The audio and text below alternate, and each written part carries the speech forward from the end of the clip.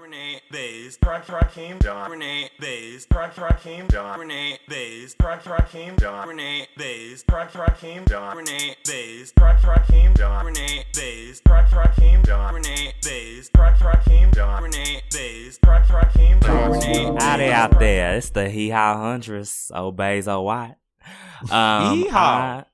Here with my fellow trash bags. Unfortunately, there's only 3 of us this week. But we done told y'all that a few months ago.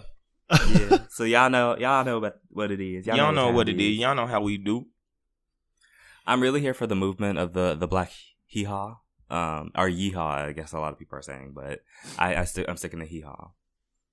Is it a trend or is it here to stay? I out on feel next like it's episode of Dragon always. Ball Z. I feel like it's always been here. I feel like because first of all, let's not forget that the majority of cowboys were blacks and blacks. Folks. Yes. Uh-oh. How to spot blacks. a racist 101. The blacks. The blacks. Blacks. They were in fact black and Latino. So I feel like the trend never really went away. I just feel like, sometimes it goes to specific areas. And now, Solange has rebirthed the moment. And I feel like it's become a much bigger thing. I've been seeing cowboy hats more than ever. So, yeah. Also, too, we're not in, we're on coastal cities. So, like. This is true. Like, and I know in Texas, they yeehaw all day or a day. So. Wait, what's the difference between yeehaw and hee-haw? I'm a hee-haw. I don't know what the yeehaw. I don't know what the difference is. Yeehaw's for the straights. Okay. Yeehaw's for the straights. And hee-haw's for the hunties. Period. Okay, good, got it. Like we said last week, when you like put your finger, like your hand across your throat, like hee-haw. Period. Like period. Who are y'all? I am the T-Haw Hunter. Oh wait, no. What's that? Wait. What's wrong with that? Well, because I realized, in my head when I said it out loud, I pictured it like capital T. And so I was like, let's not do that. So, but I'm the I'm the Keem-Haw Huntress. How about that? Keem-Haw. Okay. Yeah, does that work a little bit? I'm with it. A little bit, landing was a you? little bit rough, but A for effort. But you know what? Sometimes we got to think of shit on the fly. A little bit. And, it just is what it is. Let the moment Judges, be what it was. your scores. What? Your scores. Tens across the board. Yes. I'll give you a 7. Oh, okay. And I think that's a good number. That's I think that's fair. Generous. You know what? That's fair. Yeah. You think there's like Western category or? I'm sure. Category. Oh wait, yeah. There's one called Town and Country. Never mind. Ooh, I like that, but I'm too poor for that title. Yeah, actually, wait. Yeah, that's different. Town and Country is like that. Sounds like some Martha Stewart shit. Like, that gives me like that sounds like you wear like wealth. That sounds like those white women that wear like the white button-up shirts tucked into a long skirt. That goes all the way to the floor. You know what I'm talking about? It also gives me Oprah be wearing that shit sometimes. It also gives me like the white button down tucked into like those like really whitewashed jeans that they have with like no socks, and then they be wearing those like white tennis shoes, and then they have their hair come down in that little like blonde bob, and then they try to like and wait, I just googled it. Town and Country is a magazine. Well, I mean, that's what it sounds like. Something like it sounds like this is my country home. In Connecticut.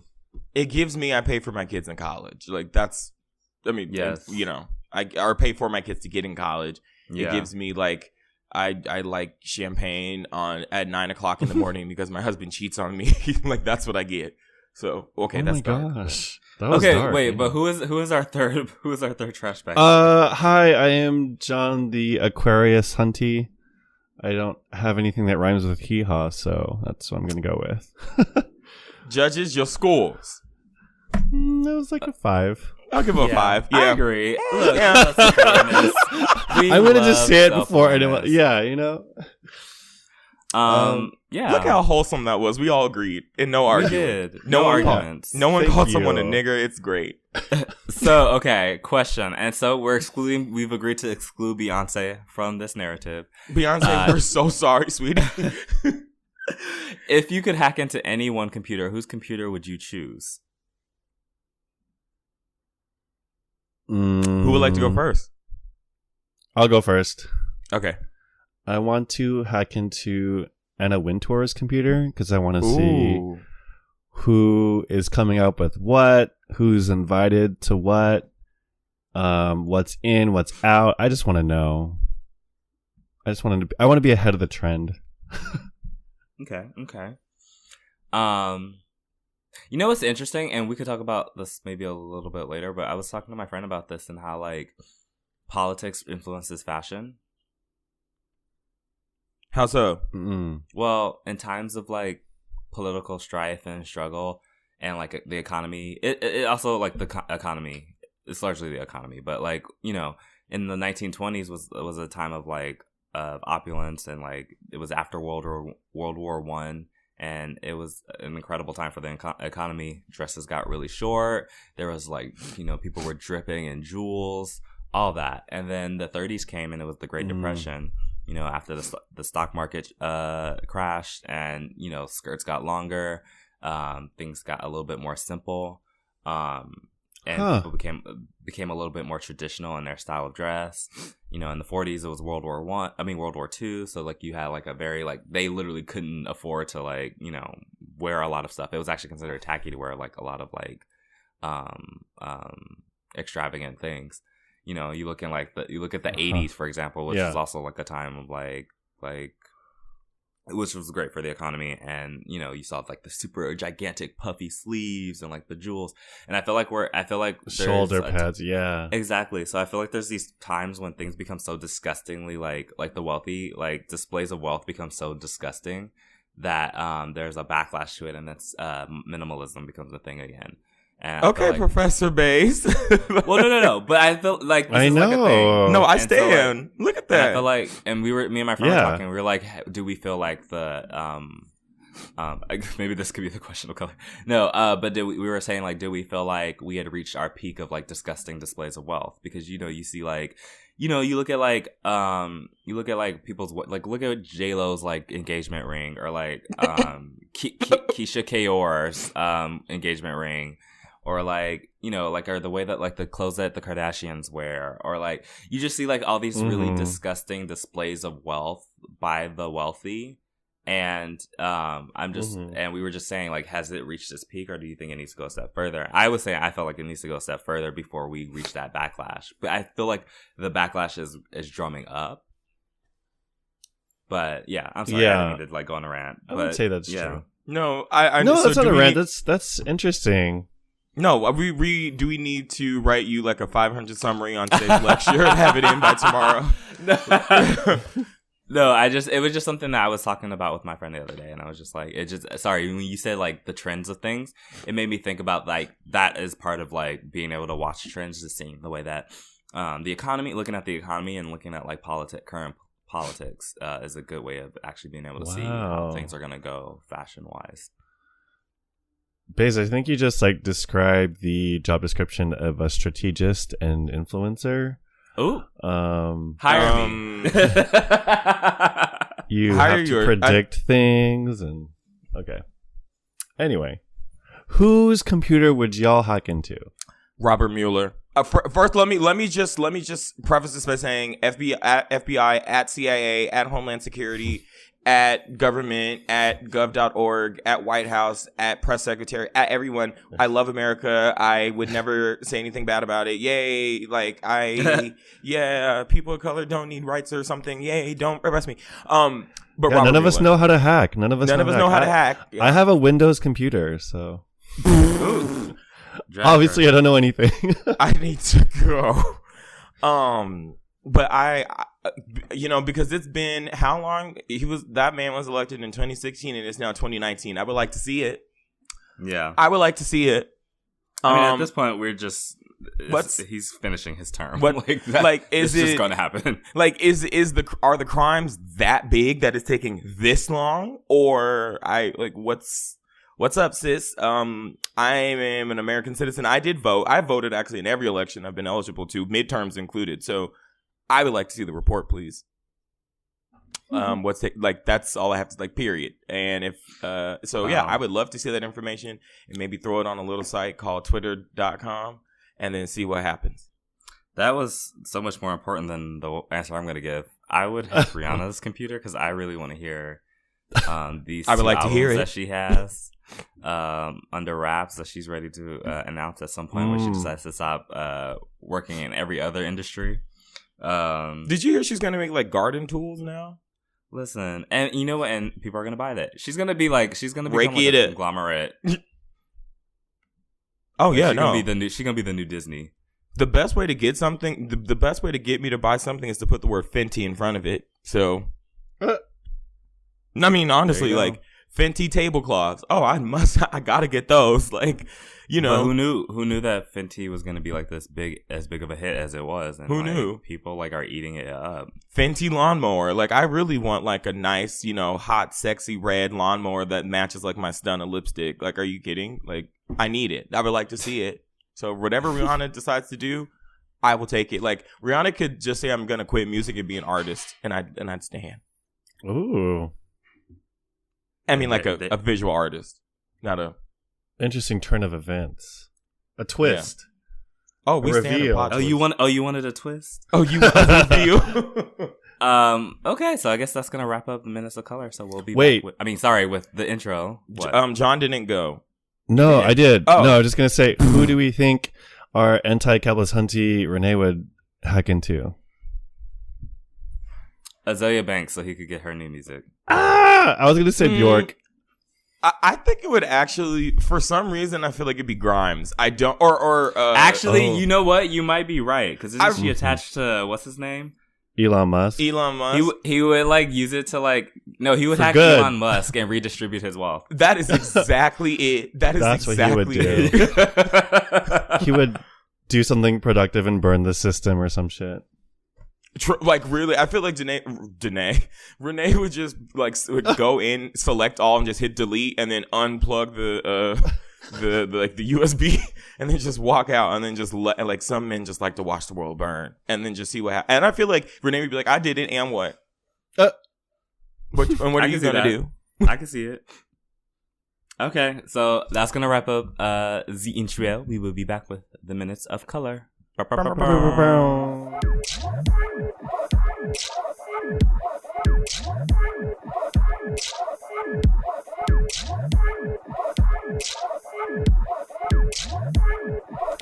Hello, welcome back to Podcast of Color, and we are in Minutes of Color. Where shall we begin? The beginning. Wild ass week that we've had in the beginning. Shall we begin in the beginning? In the beginning. This is the beginning. In the beginning, God created. God. Yes, God. Wait, actually, and the earth. I'm sorry, Jean. Actually, me. Yes, me. That is me. That is I. What's going on Drag Race this week? Oh, so you caught that little jingle I did? Oh, I did not. I was just okay. Because when you said the beginning, I was like, "This is the beginning." Okay, it's a RuPaul song. Okay, never mind. I am a little bit of a bigger fan than I'd like to admit, but that's okay, girl. Live in your truth. Live in your truth. So we are on 1, 2, 3 episode. No, yeah, this week will be episode 3. I think. Yes, that is correct. Last week's challenge was kind of a am I allowed to like say spoilers or no? Or like have people caught up? I feel like if anybody who wants to watch it has seen it already because it's going to be Tuesday now. And that's it came true. Out last Thursday. And I think like the fandom, is like, yeah. Go ahead. I was just going to say, just if you're listening, just skip. Like, hit the 15-minute button, like the 15-second button. Just hit that maybe like 5 times, and you'll be fine. Just. But wait, Rakeem, are you caught up? Are you watching? I haven't been watching. I haven't had the time. Okay, so this lip sync, I'm just gonna comment on the lip sync because it was a fucking mess. So for the first time ever, like RuPaul likes to say every episode, for the first time ever, she had 5 girls lip sync at the same time. They all did that. That sounds messy. It was a mess, and I was like, I can't even, because I don't know if you guys remember the finale that with Aquaria, Eureka, and Cameron, like all three of them had to lip sync for the finale, and that was like really hard to watch because you can't focus on. It's hard to focus on two queens already. That's why you focus on one, and that was Aquaria because she was the one not flipping around, and that's why she won. So yeah, it's a terrible idea because everyone. You know what I think would? Go ahead. Oh, just everyone's just trying to compete for camera time. It's just like So yeah, this episode, like two queens were split into two groups, and the queens were split into two groups, and they had to like do acting challenges, like, and that was another issue, by the way. Like, so the acting challenge was like parodies of Get Out and Black Panther. And I did see some commentary from Shea Coulee that's like, what? This is not a good time to like be making fun of like how far the community has come with like media and movies, and she thought it was like kind of in poor taste to be making a mockery of these things, but that's a whole other comment. But and then another comment that came out of this episode was I think it was Plastique's accent, that people were like coming for her because she was doing a Vietnamese accent, but she's like actually a Vietnamese immigrant, so that was interesting to see people come for her for that. But do but anyway, do their research before they drag? Like, what? I don't fucking know. Oh, actually, you know what? I'm so dumb. This is episode 3. I mixed up. The challenge was to try to get people to convert to your diva. So it was Mariah Carey versus Britney Spears. But anyway, that was a whole mess too. But anyway, yeah, they had 5 queens lip sync, and it was just not cute. And I don't know. I'm not that impressed so far with the queens that are on this season, but you know, it's still early. So there's that really pretty one, and I think she's Asian. Plastique, like standing right now. Is that her name? Okay, yeah. I've been seeing her on Instagram. I like her. Yeah, Plastique Tiara. Well, and that's the they were coming for her because she was doing a Vietnamese accent, and then this acting challenge. You said she's into Vietnamese, right? Yeah, she's a Vietnamese immigrant. Then what's she supposed to do? I don't know, but she also like.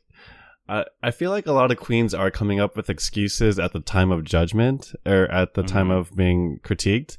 And it was interesting because they had to do... So she was on the Mariah Carey team, and she had to convince people to like become lambs. And then she was like, well, I don't really know a lot about Mariah Carey because I don't know a lot about pop culture because I didn't come here. I didn't come to America till like I was 11. And I don't really know how...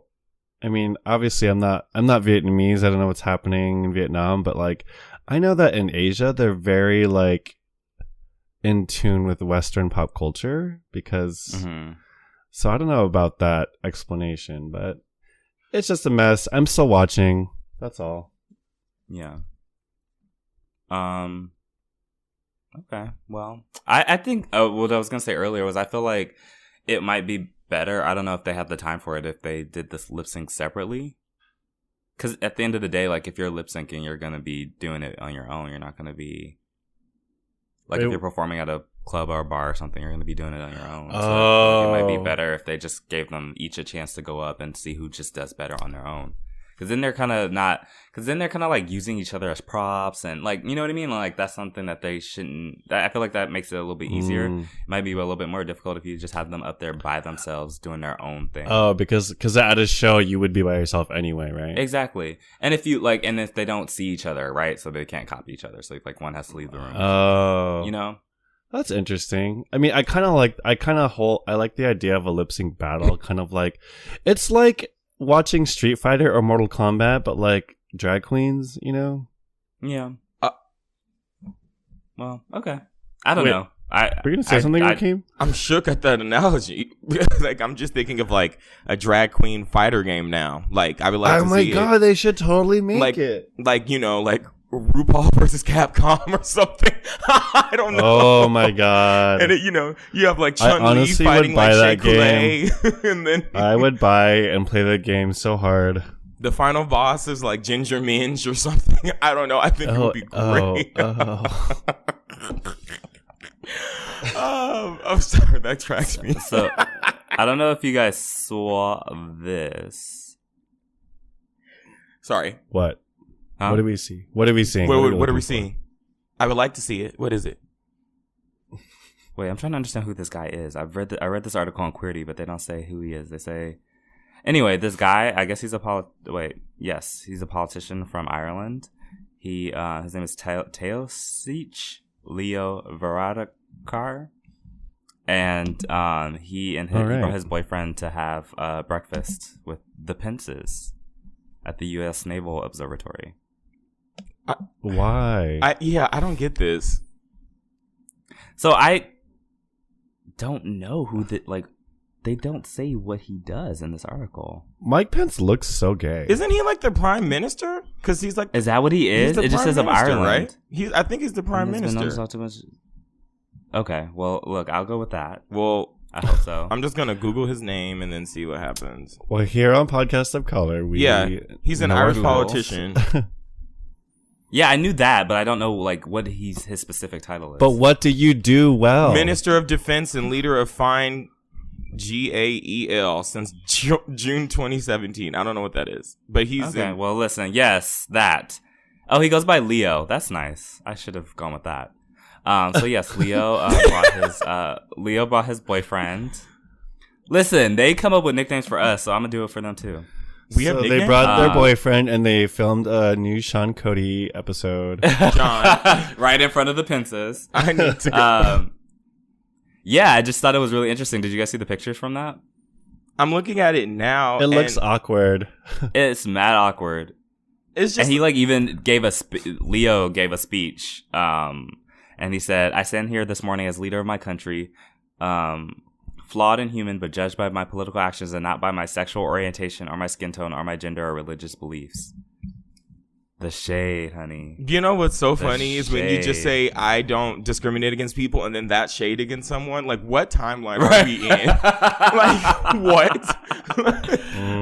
I treat people like human beings. Like, I treat people like people. Shade! What? Like, anyway, anyways, moving right along. Maya Angelou has the girls mad. Okay, John, did you see the video about this? No. Wait, is it the video where a little girl? Little girl. Yeah. Yeah, like she's a young girl and she like calls her Maya. Yeah. And Maya and Miss Angelou says, "Thank you." Snatch that wig right off. At first, I'm Miss Angelou. I'm not Maya. I'm 62 years old. I've lived as long and tried so hard that a young woman like you or any other has no license to come up to me and call me by my first name. A lot of the girls were quite pressed on the interwebs about this and felt that she was disrespecting and belittling the little girl, the young girl. Okay, I will say that. Okay, when I watched it, that was extra as hell. Like, you could have said that without being extra, but I get it. But it's just like, that is a lot though. But whatever. I guess I just feel like if my grandmother is actually, I think, the same age that Maya Angelou was, or maybe even a little older than her. And nobody under the age of like 80 can walk up to her and call her Lucille. Oh, absolutely. You just won't do it. You call her Miss Williams. No, that I don't disagree with that at all. I just thought it was really the response was extra. That's all. No, it was, but it's Maya Angelou. She's a poet. She's a speaker. I know. She does words. That's her thing. I know. I just want to roll my eyes real hard. Like I feel like with this situation, like no one is wrong. Like it was extra, and she's also Maya Angelou. But I feel like people should be allowed to be like, okay, girl, that's extra. Like in this, like I don't know. It's not Maya Angelou that's the issue for me. I think the discussion too kind of branched out. I guess I'm one of the ones that's pressed. That branches out. A lot of it branches out to me is like the black respectability politics and families and stuff like that. And I don't necessarily believe in like I have to treat you a certain way because you tell me that. Like what? And I don't know you.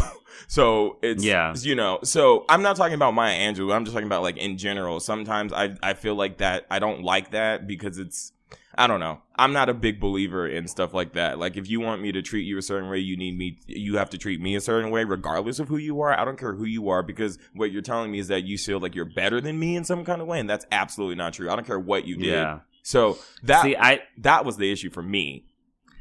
I disagree, because I feel like I didn't feel like it was like, oh, I'm better than you. I feel like this was like, I have put in all this time on this planet, and I am from a time when I went through all these things in terms of like racism and being disrespected my whole entire life. But so was this other black girl too in her short life. So like, I get it. But yes, but what I'm talking about is like, she's saying, this is where I'm at. This is what I like to be addressed as. And I also don't have a problem with people saying, this is how you will address me, because you're telling me where you're setting your boundaries with me. You know, I think that maybe she like did a lot in the way that she did it. Sure. But like, she was telling her, you're not going to call me Maya. You're going to call me Miss Angelou. As is her right, because she's addressing her. Absolutely. No, I think you're right. I just would have been like to me, like, if I'm just thinking, like, if I like met Maya, I would never say Maya. I would definitely say Miss Angelou or Doctor. But if I did happen to slip up and get really excited or something and say Maya, I mean, she's dead, so that's not gonna happen. And that was the response, I'd be like, damn, okay, well, never mind. I mean, I did would have just sat down and been like, okay, well, thanks. Like I would probably not have asked my question after that. I wouldn't have said anything, but I feel like, knowing a lot of us, we like, it's like, Baze, okay, correct me if I'm wrong, I feel like you would have had an attitude, not said anything, but I feel like you would have felt stank about it if like. I definitely would have felt stank about it, but I wouldn't have people are like, oh, I would have cussed her out, I would have given her, like, no, I wouldn't have done any of that. You don't ask for days off. You're not gonna cuss someone out. Like, it's right. Like, everyone says that I would have done this, but okay, no, you wouldn't have, because when the time comes for people to do that, what do y'all do? You just tweet about it. You don't like, no, you wouldn't have. But you know what I also thought? Like, I thought what was nice was how she rounded it off in the end, and she said that's first. Also, because at the same time, I'm your mother, I'm your auntie, I'm your teacher, I'm your professor. See, she's talking about like being an elder. Yes, but and like that. What? Go ahead. Go ahead. No, I'm sorry. Finish. I didn't want to cut you off. Oh, well, just that's. I felt like was her saying, like, this is just a level of respect that I expect when people address me. You know, I thought that her talking to this like child, I felt like it was a little bit extra, but she was calm. She didn't yell. She didn't cuss. She just said, this is how I would like to be addressed. This is how you will address me. Yeah. Because this is what I've been through, and nobody can take that away from me. Yeah, I feel two ways. One, I know it's complete. I'm like personalizing it because I have people in my family that do things like that, and I don't necessarily think they're the best people. So yeah, so I'm just kind of like, okay, but you're also homophobic, so I'm not gonna call you Miss anyway. But that's not here nor there. But I have a problem with the whole like, you have to respect anybody who's older than you, because it can become an issue when the person is not really deserving of that respect, and sometimes can take advantage of that respect. Absolutely. Yeah, it's Maya Angelou, so we all know that. So I'm not arguing that she should not be called that. It's just that to me was a little like, okay, like, and you know, I don't think there's anything wrong with feeling weird about that. I don't know. I just feel like whatever. I just feel like in situations like that, no matter. Like, when people feel a way about stuff, or when people are pressed about that, like, there's a reason why people are pressed about that. And I saw a lot of conversations on Twitter from people that are, you know, like older kind of black people and on black Twitter, or not older, but people that are older than us, or a little bit older than us, you know, saying like, what's wrong with the kids and blah, blah, blah, blah. But like, there's like nothing, like, they're just raised differently. So like, they are going to think something differently than like what you think because you're older. And I think that there's a discussion to be had there. And what I saw was just people was like attacking each other and be like, I know y'all not going to talk this about Maya Angelou and say this. Well, okay, well, maybe that girl felt maybe that girl felt, you know, she came out sideways. Like, even if she did deserve it, I mean, not deserve it, but even if she did mess up, like, people are valid to feel that way, because I'm guaranteed, like, how many times, and especially black people, how many times, like, have you been talked to sideways by someone older than you that has terrible views about things? And not that Maya Angelou does, but, you know, talked to you by an older person that has said terrible things, and you just sit there and you take it out of respect. So that's kind of triggering maybe for certain people, especially queer people. So I felt like instead of everyone trying to be like, oh, y'all need to shut up and it's Maya Angelou, blah blah blah blah blah. I never thought I had to mute this word and this like. There's a discussion to be had, and I felt like at this point Twitter's just not that place for those discussions, because there's never people asking like why you feel that way, and it's always you shouldn't feel that way without ever asking why. So I don't know. Yeah. Sorry, I didn't mean to rant. No. I mean, it's a podcast. What did you think, John? I thought it was a little cringy. I think I'm like Switzerland in this one. Wait, what does that mean? It means you're neutral. Neutral? Like, I don't like. I don't know. I see. Yeah, I see. We're both. I think that, especially, I was thinking about this in like a work context. When I see patients that are of a certain age, I always address them by their last name, and I'll just because I don't know. I think it's the way I grew up, like culturally. When I talk to someone who's older and Filipino, we say a title, like we treat everyone like they're our family, even though they're not blood related. We'll see like tita or tito and then their name. But like if you translate that to English, like you can't really call someone your auntie. That's not appropriate. Yeah, it's too familiar. So you'll say like, well, Miss so and so, or like Mr. or Mrs. so and so, which is a whole nother thing because that's like very gendered. But anyway, yeah, I thought it was interesting that she did call her Maya, like on a first name basis. But also, like, I think the way that she told her was a little aggressive, but maybe that's just her personality because she has been through a lot. So I don't know. Also, how old was this video? It's from like the early 90s, late 80s. She's dead, so it doesn't matter. Yeah. She's dead. Yeah. Like Maya's That's also true. Maya's not gonna release apology on her notes app. Like she's gone. Like it's not. I just want to like do a follow up and like find that girl and be like, hey, were you feeling a certain way?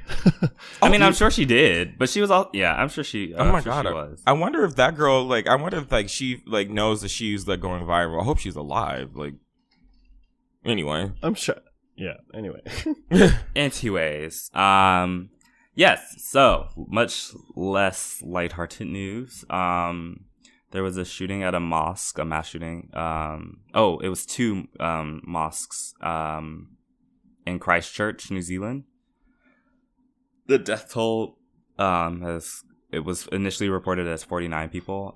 It's now the number's at 50. I believe the youngest person was a 3-year-old boy. Oh my god. Yeah. Yeah. I don't know what else can be said about these kinds of things that hasn't really been said over and over again.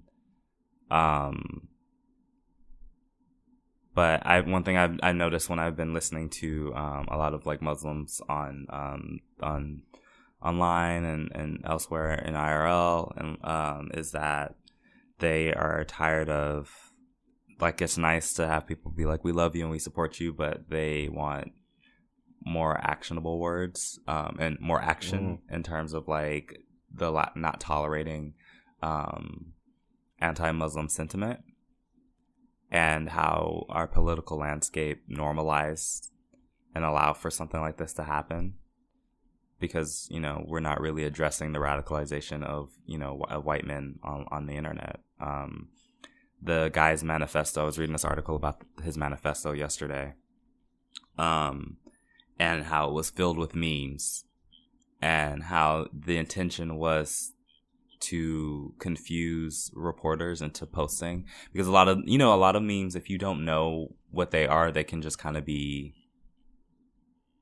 you might just accept them at face value as like something that the person said. So like, I guess there's this meme that's it's like a Navy SEAL meme, and it's basically kind of saying the same things that Liam Neeson says in what's that movie where his daughter gets kidnapped? Taken. I mean, there's so many, but Taken, yeah. Taken. Like when when he like called, when he like gets on the phone with the guy after the guy kidnaps his daughter, and he like explains what he's gonna do to him.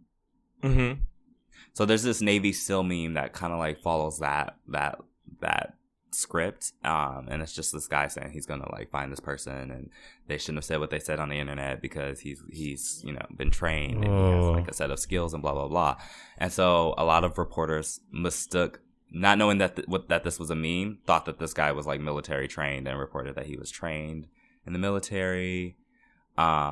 You know, so like what happens is that he fills this manifesto with memes, and the people that are radicalizing online are receiving the message, and the journalists aren't really understanding what it is that they're reporting on. So they think they're reporting on truths, or they're trying to disseminate these, you know, disseminate facts and stuff, you know, publicly, and they're trying to report on it, but at the same time they're kind of like redistributing radicalizing text, you know. So it's just interesting because like this is all like super like complicated. This guy, like, I have not seen it. I saw like a second of it and I passed. He recorded him entering one of the mosques, killing people, and it looked like a first person shooter, like a RPG. Yeah. Oh no. And it was posted online too, and like it was posted over and over again. Oh god. Oh my! I'm so happy I didn't see it, but like it was posted online, and it took a minute for like social media to get it offline apparently, and it's just like I don't understand how.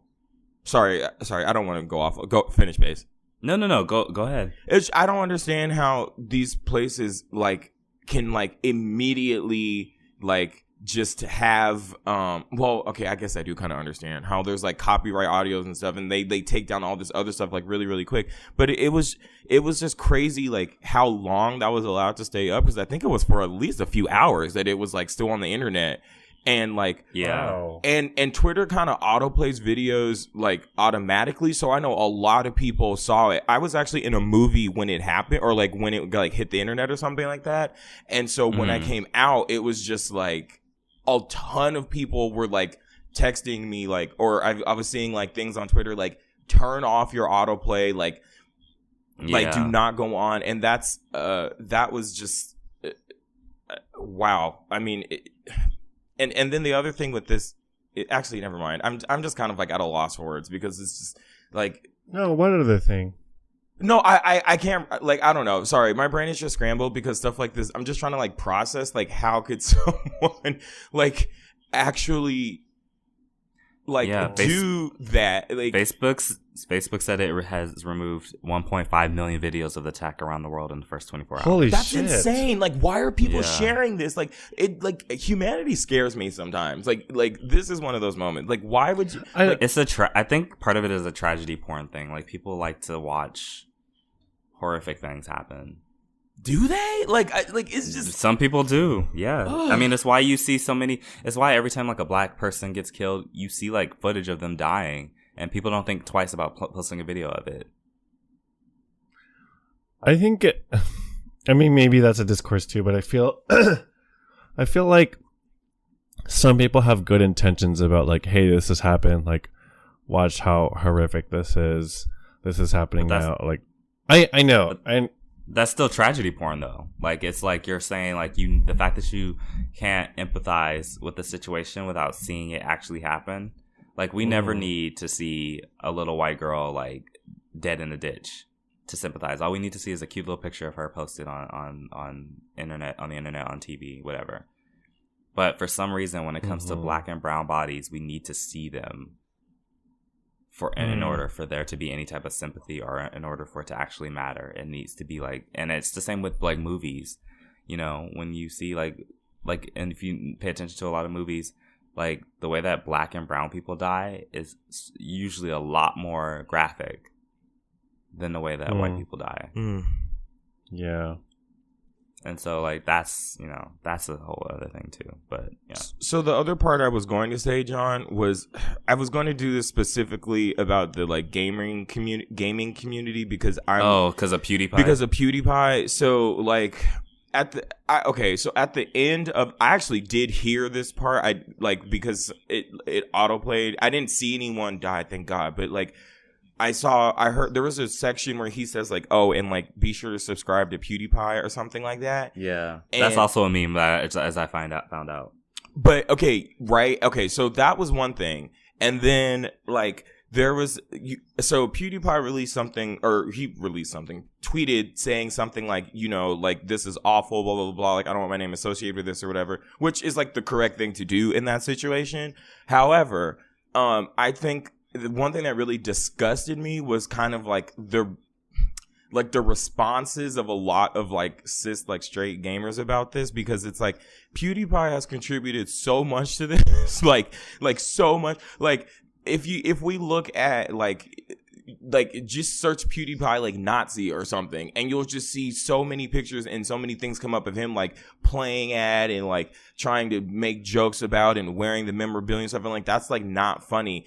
And seeing how the gaming community has just kind of like rallied behind this, like, do you know how easy it is to not have a mass murderer say your name in a live stream? Like, do you know how easy it is to not have that happen?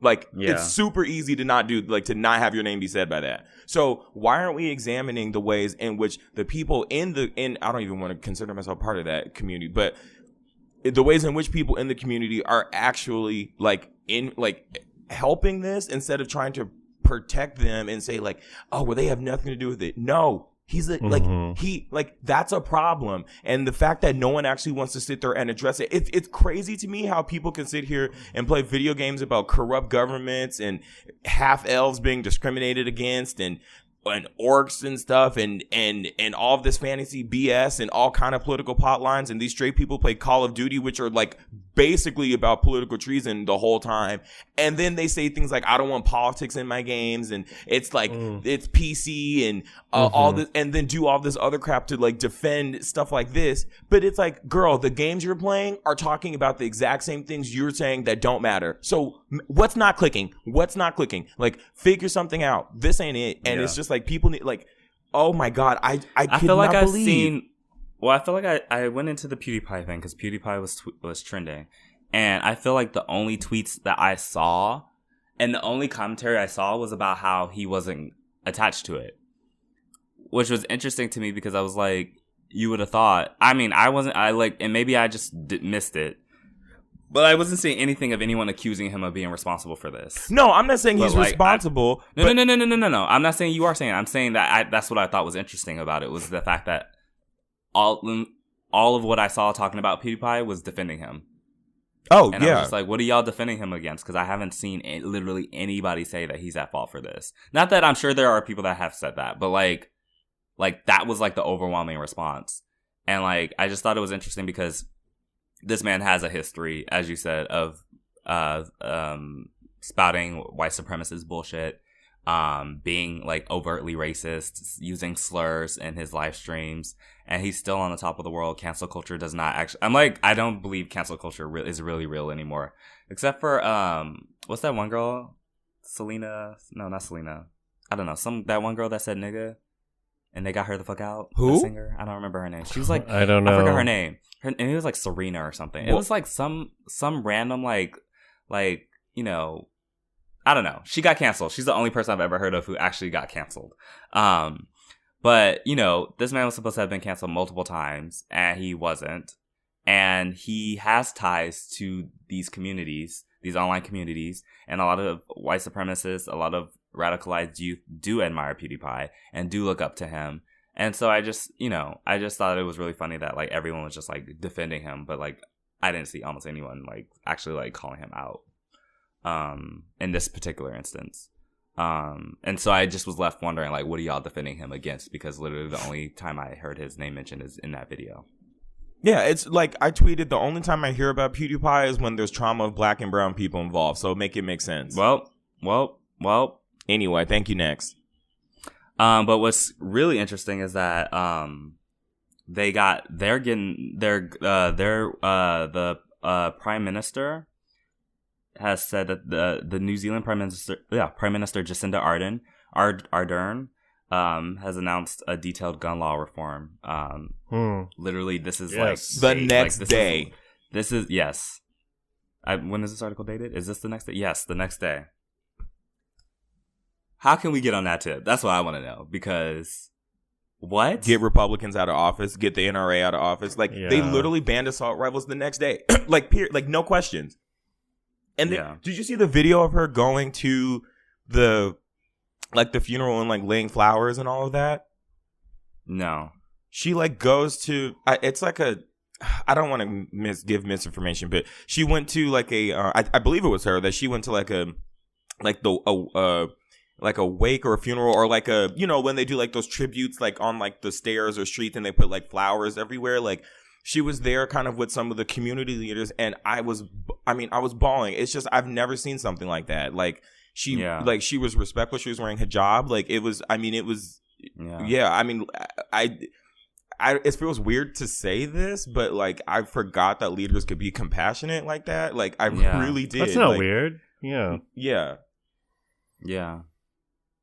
Or like be mature. Honestly, sometimes I see world leaders and they're like being adults, and it's just like, it's crazy how fast your brain normalizes things to deal with them.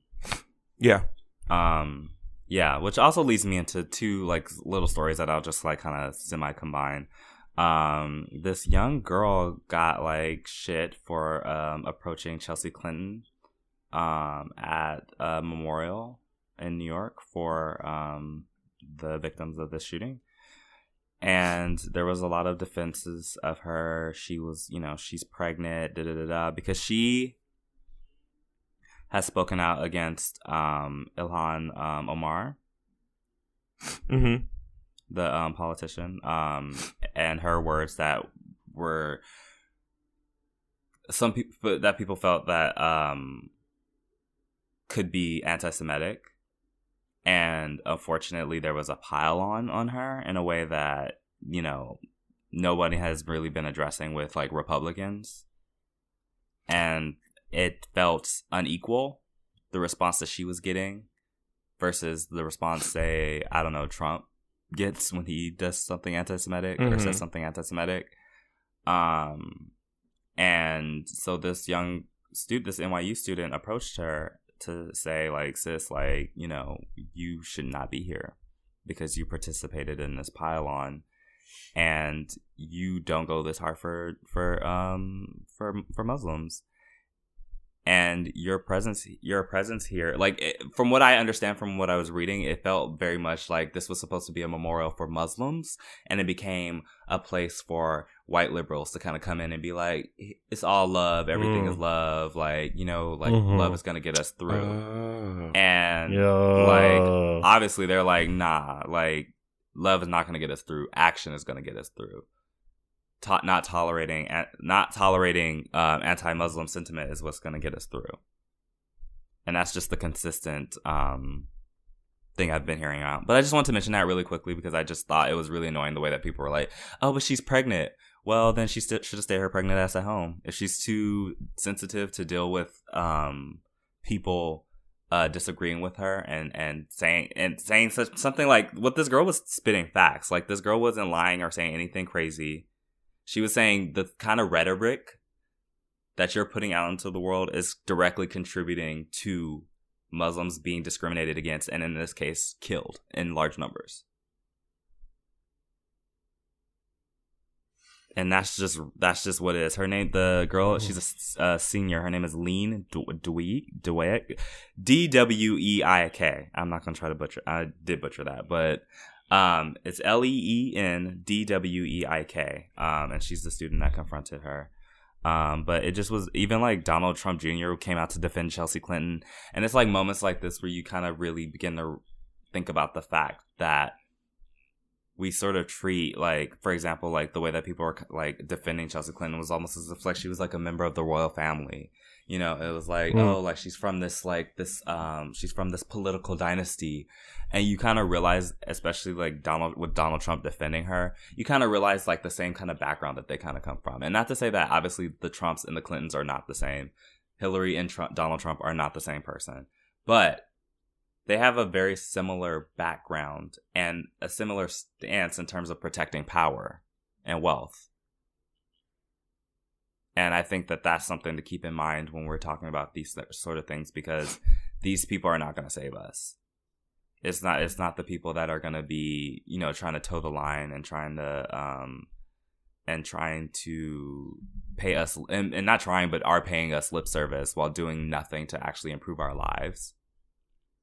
And so we need to invest in people and in politicians. And Chelsea Clinton's not a politician, but like, you know, I feel like we need to invest in people that are actually going to like work for us and do a service for us, that like provide our actual needs for us. Right. So yeah, I just want to say that. Also, fuck Jess Hilarious, who got 4 Sikh men removed from a plane because she mistook them for Muslims, and she felt scared. She got on the internet and like was like, "Fuck you." I felt how I felt. It's funny how I guess she like reported them, then everyone was removed from the plane, and then everyone was brought back onto the plane except for these men. And she was like, "Fuck you, I felt how I felt." And it's just funny how we're all back on the plane now. I'm on the same plane. There's all the same passengers, but those men are not here anymore. So she felt vindicated by that or whatever. She later apologized. Yeah, she later apologized because she got dragged. Wait, I'm sorry. Who is this again? Jess Hilarious. Wait, is this the one that said the thing about... Is this the faggot thing? Yes. Yeah. Oh, yeah. Yikes. Yeah. She got into it with a random gay guy on in the comments of the Shade Room, and he was like, he made a joke about her. He said something like, "Imagine your career is like commenting on the Shade Room or something," and she like came back and like, you faggot, something about him being a faggot, and it was just like, whoa, girl, really? Yeah, so she was just like, she apologized. She said, "Y'all can't blame me for being scared. I saw 4 people of that caliber and I just revert back to the past," which I don't know what the fuck that means. But at the end of the day, sis, that don't mean shit. You were scared. Like, how many cops have used that excuse to get away with killing black people? What? You were scared because of what? Because you saw their turbans? You didn't even have the right religion, bitch. I hope her career is dead and buried. I hope that's the end of her. I hope I don't ever have to hear about her ever again. Same. Like, everyone is coming out. Like, I found out about this because Jackie Aina posted something, and I was like, what? I was like, who is this? Like, everyone is dragging her. Yeah. And then one last thing, because we did not, because it got cut last week, the Michael Jackson thing. I watched the documentary. We said this last week again, but you know, it got cut. I did watch the documentary. I fully believe that Michael Jackson did it. Growing up, I definitely felt like I was told, you know, I was a kid and also not even born when a lot of this stuff was happening. But I was told that, you know, not the government, but these people were just trying to tear down a black man to get some money, and you know, and the same thing that always comes up whenever a black man is held responsible for sexual assault. And I kind of just went along with that, and I believed it because, you know, it's Michael Jackson. He's a legend. He's a singer. And of course, I listened to all the stuff from adults. Like, why would these adults have their children around around this man? Why would these adults let this man sleep in the bed with their kids if they really cared about their children?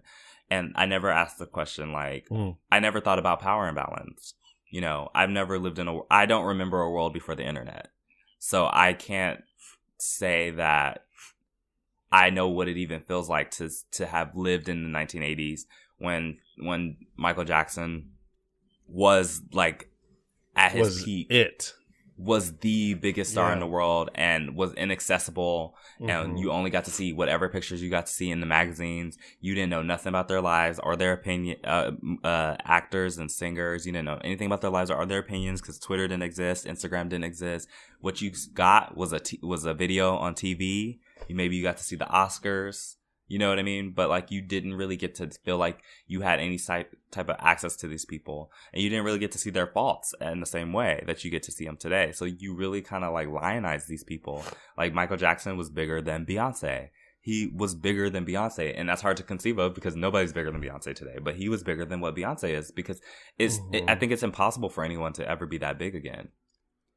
And he used that and preyed on these people. They have pictures. This documentary. I mean, you don't even have to look at the documentary. Honestly, you could just Google, and there's a thing on Vanity Fair called 10 Undeniable Facts about the Michael Jackson sexual abuse allegations. But like, just on the documentary alone, did you see all of it? I saw the part 1. It's like 4. It's like it's 4 hours. 4 hours right? altogether. Yeah. I could stomach 2 hours, and that was too much. It was too much for me. The way that they were describing what was happening to them was too much. You got to look at the fact that there's one of the kids interviews, I think it's Wade Robeson, interviews Michael Jackson, and this is like a big thing because Michael didn't actually do interviews, and he's interviewing him, and he's like, he's like, what is your favorite thing? What do you like? You know, and all of it leads back to this little boy, and you can hear the infatuation in his voice as he's talking about this little boy and how much he wants to be around him. You can hear in the parents, the way the parents talk, the way that he used to be on the phone with the little boy for hours, the way he used to be on the phone with the parents for hours, the way he like groomed not just the little boys in these families, but the parents, and groomed them to the point where they felt like they could leave their kids with him. You hear it in the way that the parents talk about once they finally like relented and let their son sleep in the room with Michael, how their room got, as they kept traveling to different places, their room got further and further away from Michael's. You can talk about the wedding ring that one of the little boys had, that they had like a fake wedding, like just like undeniable facts. But like also like you can look at this article, as I said, and let me scroll down to it. It's the sealed photographs that did it for me. They like wait, what photographs? So Michael Jackson has like, is it pronounced vitiligo? Is that how you say it? Yeah, vitiligo. He has vitiligo, okay. And so one of the boys like drew a picture of like the marking that's like under his like penis, and like they sealed it in an envelope, and then the investigators photographed Michael, like, you know, his penis where the mark is. And then they opened it up like months later or something like that, and like it matched like perfectly. And that's like what? Yeah. Like what? Ugh. Oh my god. Here's the list. Like, there's no dispute that he slept 30 nights in a row in the same bed with 13-year-old Jordy Chandler at the boy's house with his mom, and at the boy's house with his dad because his parents were divorced. 5 of the boys that have shared a bed with him have accused him of abuse. He settled. He paid $25 million to Chandler's family, with $18 million going to the little boy and $2.5 million going to each of his parents and the rest to the lawyers. Let's talk about the fact that when do you see people settle? Like when they did it. When do you see somebody when they fucking did that shit? You're not gonna, if you didn't touch these kids, you're gonna want to drag this out as long as possible. And you're gonna exhaust their funds. I'm sorry. And you want to embarrass the fuck out of them. There's no way in the world I'm gonna sit there and settle on like touching children. It's not like jaywalking. Like, you know, like that. What? And my friend asked me that because we were talking, and she was like, "When do people settle?" She was like, "When do you think of a case where it was so clear that the person didn't do it and they settled?" And I was like, I couldn't think of one. The hallway leading to his bedroom, Jackson's bedroom, was a serious security zone, and it was covered with video and wire for sound so that it would make dinging sounds in his room when people were approaching his bedroom. Which could be just eccentric, but in the context of everything else, like, come on now. He had like a bunch of adult erotica stuff that the boys were able to like name and point out. They never saw like a woman ever. His staff never saw a woman come in or out of the house. So like there was never any, and neither of his spouses have ever acknowledged a sexual relationship with him. Again, something that could just be eccentric, but in the context of this, it's odd. The little boys were all given so many gifts, which are on record. 2 of the fathers of 2 of the boys have committed suicide. So it's just like, you like, okay, like 1 or 2 things, okay. But all these things, you can't, like, it just doesn't make sense. And also the way that they talk about being groomed, and people are like, oh, well, they didn't come out at the right time. You know, and Wade Robeson, and I can't remember the other boy's name, both denied being the guys that are in the documentary, they both denied being assaulted by Michael Jackson or before, but they've since obviously come out and said that they have been. That's how abuse works. People aren't always ready to deal with their abuse. People aren't always ready to talk about the things that they've been through because they're still working through them, and they'll probably be working through them for the rest of their lives. So I just want to say that. I also want to point out really quickly, there was this article that I was reading about. It's called Michael Jackson, R. Kelly, and the Myth That All Victims of Abuse Become Abusers. And it's on Vox. It's by Sherry Madigan. It's a very interesting read. I won't go into it in great detail because we're short on time. But there was a study done in the 60s. Kathy Whiteham and her colleagues from the City University of New York. In 1967, they identified approximately 900 children with substantiated abuse histories prior to the age of 12 and followed them to the age of 50 to examine their proclivity for sexually abusing others. What they found was that there wasn't a large gap between kids that were abused and kids that were not abused in terms of them becoming abusers when they got older. So what that means is when people are like using like, oh, well, R. Kelly was abused as a kid and that's why this is this, that, and the third, and Michael Jackson was abused as a kid and that's why this. No. They're showing that there's there's a 4.6% of the group with histories of sexual abuse were charged with sex crimes as adults, while 4.5% of the group without histories of abuse were charged. So I'm just saying that to say that, like, when people are like trying to use these as excuses, like, oh, well, like, you know, an abused kid is going to grow up to be an abuser. No, they're not. They're 0.1% more likely to become an abuser than someone who's not. And so I say that to say because people are always like, well, Michael Jackson was just like a kid and, you know, he was abused because, and then this, and that. And it's just like, no, like that, they're like the correlation is just not there. He was an abuser because he was an abuser. Was he also abused? Sure. Does that suck? Should that be addressed? Yes. But we're not going to draw those comparisons to each other. We're not going to use that as an excuse for why he did what he did. And we're also not going to pretend that he didn't do what he did because he was Michael Jackson. You like his music, whatever. But like, we're not going to excuse it, and we're not going to pretend that it's really not that complicated. I think I just hear a lot of people like, "Oh, it's so complicated. We don't know." It's not that complicated at all. If you really look at the cold hard facts, it's not complicated. Yeah. So that's all. Yikes! I know this was like not a happy closing out of Minutes of Color, but hurry, do something happy closing. Happy. J.K. Rowling is at it again. She struck again. She's telling us that Grindelwald and Dumbledore had sex. I would like to see it. What? I would like to see it. I would like to see it. That's all I got to say. I would like to see it. All I know is the jokes on Twitter have been hilarious. They've been hilarious. I haven't looked yet, but I need to because they've been dragging. Speaking of Sean Cody, you know, like it's just like, sis, why can't you just not? Just let not. It go. Let it go. Let it go. No, we said happy ending. Wait, you guys. Okay, no. You know what cracked me up? Okay, I might get dragged for this, but it was still funny. I was watching. I was watching. Fuck, what's it called? What's that movie with Ryan Reynolds? The Marvel movie. With Ryan Reynolds. Who's Ryan Reynolds? Deadpool 2. Yes. So we were watching Deadpool. We had movie night the other night, and we were watching Deadpool 2, and there was this moment where Deadpool was like Beyonce says, please. And then me and my friends are all on the couch, and we're like, please, what song is that? And we're like leaning forward to hear what the rest of it is, and it's like, please stop cheating on me. And when I tell you,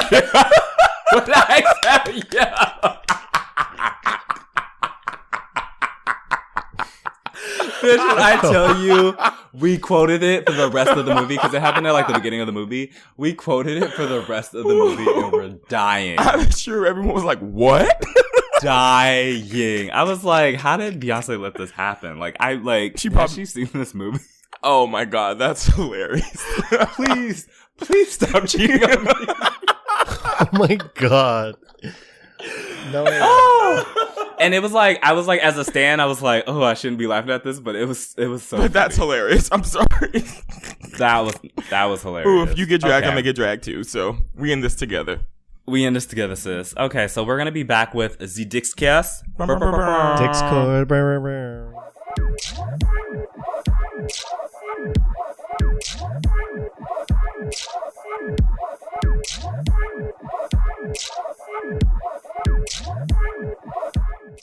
What's up, and welcome back to the Dick's Kiss. For this week's discourse, I thought we would talk about not devaluing our skills. Because I feel like we're taught to do that, and we don't really fully. Our generation doesn't really embrace our worth. And so just like building yourself up, you know, and I mean, for me, this context means, job hunting, right? So like, I'm struggling with like seeing the value in the work that I'm capable of doing based on the experiences that I've had. And so, you know, I have a friend who's like a resume doctor. Like, will make your shit look like gold. And one thing, she's like, you're so skilled and you have like so many things that you are capable of doing based on the things that you've done already. But you just need to figure out how to market that to like specific, you know, the specific job. Because what I was kind of doing was I was like, you know, I was cutting here and there, and then I was just kind of sending basically the same resume to different jobs. And she was like, no, you can't do that. Like, you need to like tailor this so that it looks really nice. But you also need to build this up, because she's like, you're not just what you have here. She was like looking at my original, and she's like, what this is, like, this is not telling me anything real. Like, this is not telling me what you're capable of doing. And so it's been that struggle of like, love. Yeah. But she's also like, it's also been for me now is like applying to jobs that I was always afraid of applying to before. Because I've always I've done what's been safe and easy for me. But in doing that, I've built skills that have kind of made me overqualified for what I'm still doing. And you know, these past few months I've been forced to push myself and to try for jobs that would challenge me, but also jobs that I'm fully capable of doing, jobs that I'm just a little afraid of because I've not done that specific job before, and so right now it's just like a matter of like really like building myself up. But do you guys feel like you guys have to build yourselves up? Is this something that you struggle with at all? Do you devalue your skills? I mean, because I know, John, for you, like, you know, you didn't know if you were gonna go for the job that you're doing now. Was it like, did you feel like you weren't capable of doing it, or what was it? Yeah, I mean, this discourse brought me back to the imposter syndrome episode, because like, I didn't feel like I belonged in this current setting. I didn't feel like I was capable to do anything. I wasn't confident enough, and so to build myself up, it was kind of a struggle, and it still kind of is, actually. I still get nervous before getting ready for work. Like today, I'm like, I need to get ready for work, and I have like a baby panic attack. It's not like as bad as it used to be. Like I would legit have like my eyes twitching, like physical symptoms. My heart would be palpitating, but now it's just like a mental psyche thing. Yeah. And I think building ourselves up, especially as like queer POC, we don't have a lot of role models to tell us that we can do the things that we are capable of doing. And especially me, because like I came out of a queer bubble setting. Like everyone I was working with sort of has this like unspoken understanding that we mostly get each other. And so now I'm in a place where I feel very self-conscious, even just like walking around as presenting how I do sometimes. Like people clock me all the time, like the way I walk or how I speak, and which has nothing to do with my job, you know, with what I'm capable of doing, my interactions with patients and other staff, but I still feel a little awkward. And so building myself up is a process, and I have to psych myself up and like just know that I did have a one-on-one, and like luckily I did have a one-on-one with one of my managers, and I was like, hey, because that's how bad it was affecting me. I went to their office and I was like, hey, we need to talk, because like I don't know if I can do this. But she said, my manager is luckily this really nice woman who said she saw that she wouldn't have hired me if she didn't see the potential in me in the first place. Yeah. And so that like really calmed me down. And she was, admitting that, one of our facilities are a really hard place to be. And so, it helped a lot to get someone who was more experienced and who's going through it as well, to let me know that I'm doing a good job. And sometimes that's what it comes down to, is that when you need some building yourself up, it really helps to reach out, Yeah. Reach out to someone who is going through it and going through the same experience. So that way, it's more comforting to me. Because like there's like, what I'm going through, you understand me. Here's what it is. But so, what made you like? What was like the impetus to you like applying for the job? Like because you felt that way even before you applied. So how did you build yourself up to do that? To get to that point to do that? Well, I'm gonna be frank, is that I needed to get a raise. Yeah. So I built myself up because I'm like, I need to have a better quality of life, and the only way I'm going to do this is if I really get my ass on the computer and just like start applying like crazy and following up, because I didn't want to, I don't know, I wanted more, I guess. Yeah. And not just financially. I wanted a better quality of work life too, because the place that I was at before, it's kind of notoriously known that, and I understand because it is a nonprofit, but a lot of the staff there are overworked and underpaid, and I just couldn't do it anymore. Yeah. Yeah. Okay. Rakam. Yeah, I mean, this is a odd topic for me, I guess. I'm still kind of like figuring it out right now. Mm-hmm.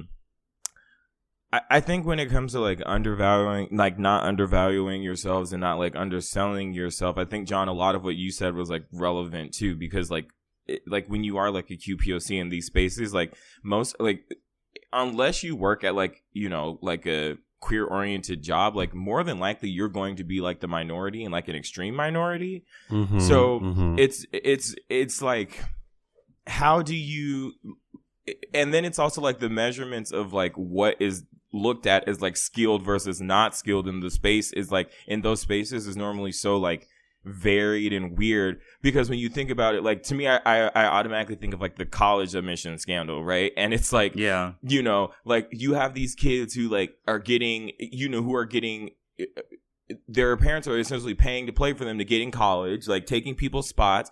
And then what's her name? The one girl, the Olivia Jade or whatever, apparently she was just spotted on like a yacht with like one of the deans of USC or something like that. And it's just kind of like, these are people that are going to be put in these positions over us most of the times and be our bosses. And they're the ones who are deciding like, if we're good or not, or like what that is. And so it's like a lot of the times our imposter syndrome comes from literally like people who are mediocre telling us that we're not good, because if we're good, then we take their spot.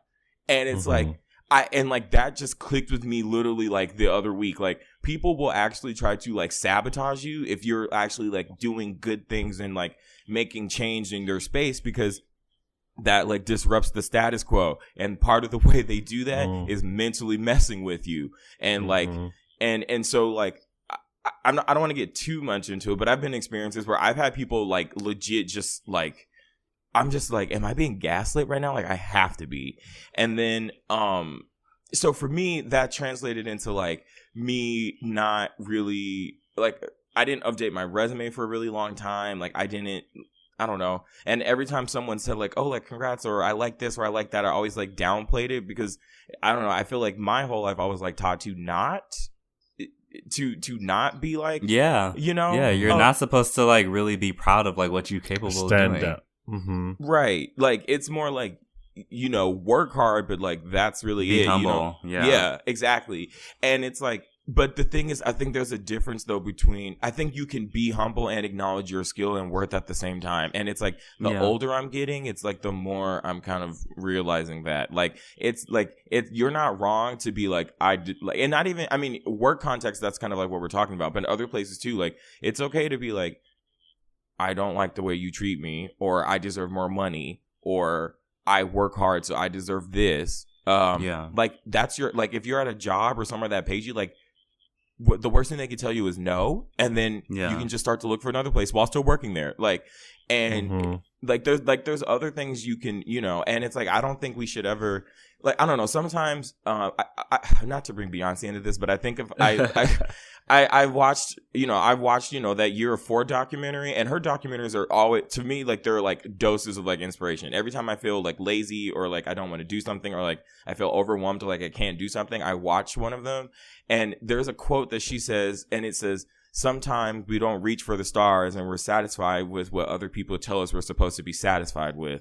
And I'm just not going for it. And I think that's a perfect quote. Like, and a lot of the times when people tell us like, oh, like this is what you should be getting, this is what you're worth, this is what you deserve, like who's the judge of that?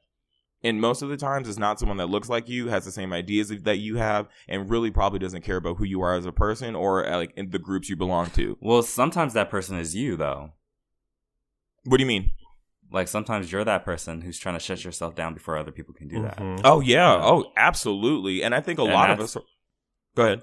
I was gonna say that's what I struggled with, because I was like my friend was like, don't, like, because I was, you know, you look at the qualifications, right, and they're like, you need to like have 5 years experience, like, you know, I don't know, like doing like Excel spreadsheets while coding, you know, I don't know, Python, you know, like it's just like they be putting like some wild shit in there sometimes.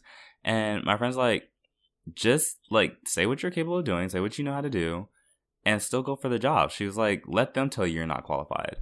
Right. But she was like, do your research. Look at what the company's values. Look at what the company's values are. Try to put those values in your resume. Look at what it is that they're looking for, and highlight your skills that are relevant to what they're looking for. Make sure you have a kick-ass cover letter, and just send that in and do it. She was like, don't shoot yourself down before they can even do it, because then you're just closing yourself off from opportunities. And like 90% of these jobs train you to do the majority of the stuff that they say you should already know how to do. Mm-hmm. Like, obviously you should have some basic understanding of like the job that you're going to be doing, but like a lot of it is just being trained in that. Yeah, I should have said that too in my response, where a lot of the building up came from after I had talked to my manager. I had asked for more training. Mm-hmm. And that does help like build up confidence, because, and you're right, like I didn't have any previous experience at the job I'm doing now. I mean I did, but like not specifically, like not catered to inpatient, because there's a difference between inpatient and outpatient clinic care. But yeah, like jobs will train you for the experience, and it's interesting that sometimes they're like, well, do you have, during an interview, they're going to ask, like, what's your experience with X, Y, and Z? But, like, they're going to train you anyway. Yeah. So, a lot of this, like, a lot of the insecurity will go away when that happens. Because, you know, you don't really know until you're in it. So. Yeah. And that's, like, my biggest struggle is, like, shutting myself down. Because I'm like, oh my God, they would never like look at me, or they would never like apply, like they would never like even call me in for an interview for this job.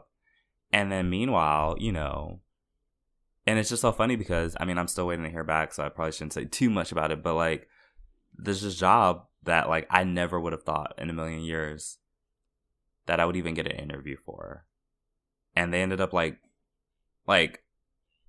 really like liking me. You know what I mean? Yes. And like, I mean, look, let's not celebrate just yet. Like, it has to happen. But, you know, but it's just like you're in these situations. Like, I was in a situation where I was like, oh my God, this is something completely different from anything I've done before. I don't know how to do this.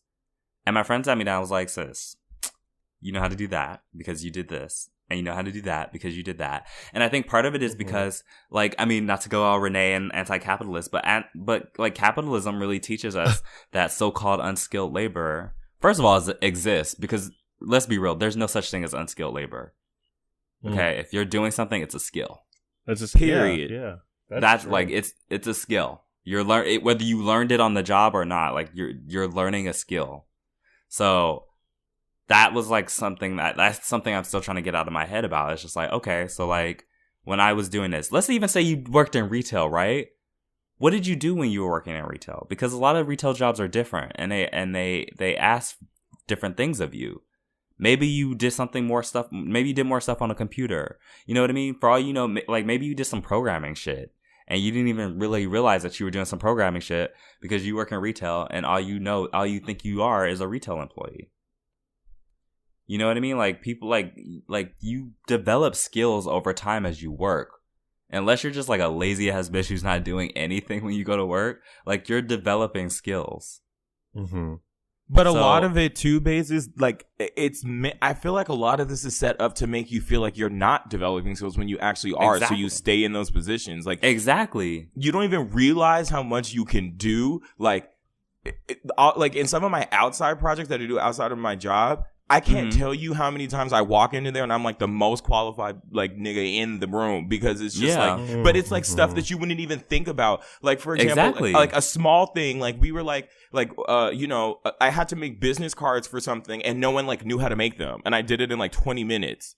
Yeah. And it's like, if that, and it's just, it's like stuff like that like you don't even, it's like that or like, for example, like even with this show, like when I was doing my business skills, bitch, are like when we were having these meetings and stuff, like sis, you were like took right over and were right at home.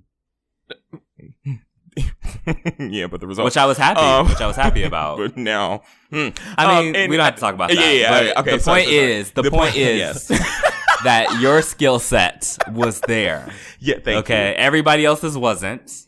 And I'm not talking about us on the show. I'm talking about everybody else outside of the show wasn't necessarily there, but yours was there. Thank you. But it's not get messy. But the way that's not even like what I meant though. I just meant more like when I was doing my resume, like, you know, like for example, someone was like, you know how to use audio editing software. Why isn't that on your resume? Like, you know how to use a video editing software to edit podcasts. Like, why isn't that on your resume? Like, that stuff you can do. Like, they're like, do you realize you've been editing a show for like 94 weeks and you've done it like consistently? And like, and I was just like, no, I didn't even think about that. That's like things you can add. Like, you know, we like negotiated a contract.